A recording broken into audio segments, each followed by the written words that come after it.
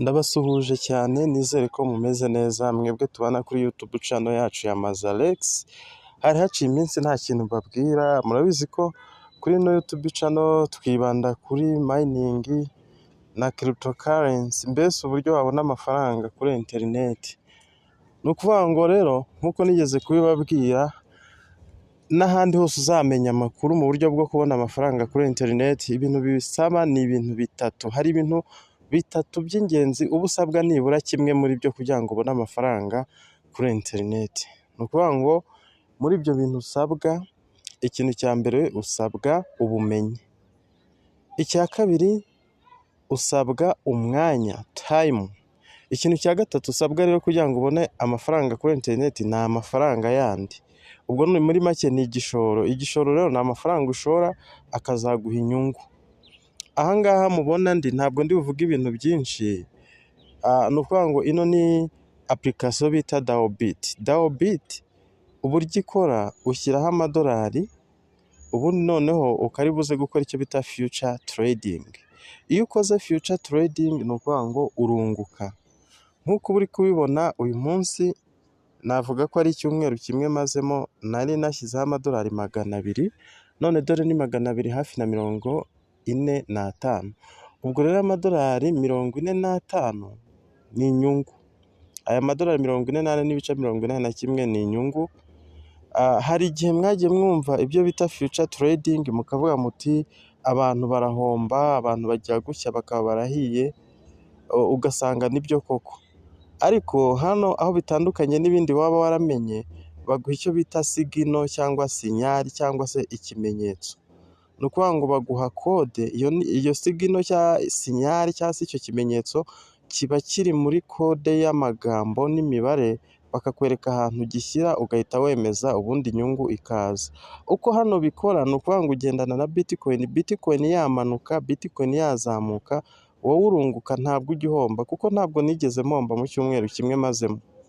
Sinzi rero ahandi hantu ushobora kuba washora ibihumbi, amadolari 200 ukabona amadolari 40 nangahe mu gihe cy'icyumweru kimwe, simpazi. Aya ngiye nyabonye mu cyumweru kimwe. Akenshi abantu bazakubwira ibintu wakora wenda rimwe na rimwe bagamije inyungu zabo, ariko akenshi burya abantu iyo babonye ahantu hari inyungu bashobora kwibonera ubwabo batigeze batumira abantu, biragoye ko babivuga.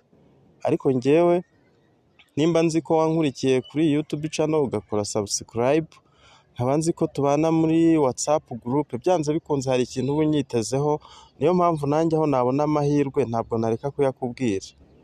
Rero hari abavuga ngo bino bintu se ko byaba bigoye. Oya, ikintu hano usabwa ni aya madolari 200, niyo minimum investment cyangwa se nicyo gishoro gitoya baheraho. Amadolari 200 ukaba wageza ku madolari 2000 bitewe n'ayo ufite. Ubwo uhereye ku madolari 200 wakora.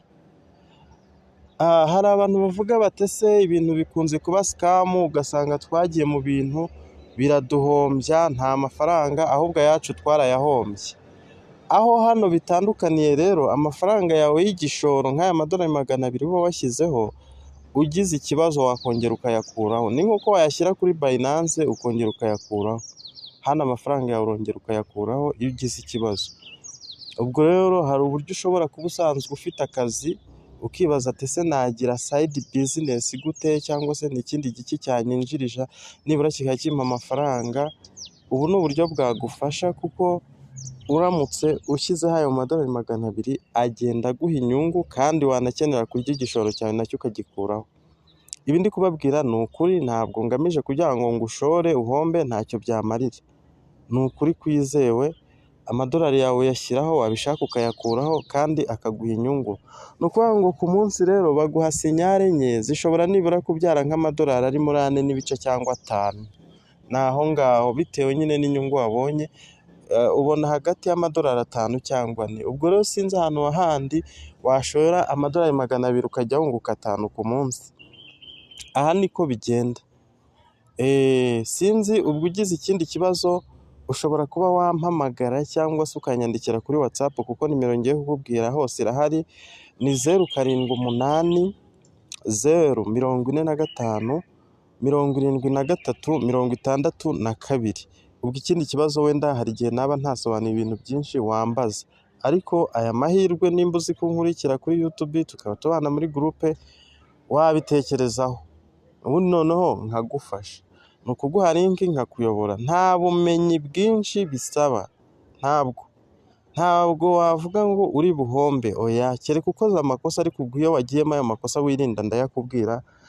Ibi bintu mbibutse ko nanjye nabibwiwe n'umuvandimwe duhuriye muri WhatsApp group, ndi admin, ubwo ni umumambure wanjye, ariko yarambwiye ati bino bintu byo kumayininga ko tubona bitakigenda cyane, nta mafaranga bagitanga, ese ko hari ibindi bijya biza byo gushoramo ugashyiramo amafaranga yawe bakazajya baba ariyo baguha gake, rimwe na rimwe wareba nabi agashira yawe atagarutse bagahita bafunga, waje nkakwereka ibintu, niyo wanyeretse bino bintu pe, mbona ni byiza cyane, nk'ubaye amadolari ureba nshatse nahita nyakuraho, ariko kubera ko nkiri kuyacuruza nta n'ikibazo mfite nyarekeraho.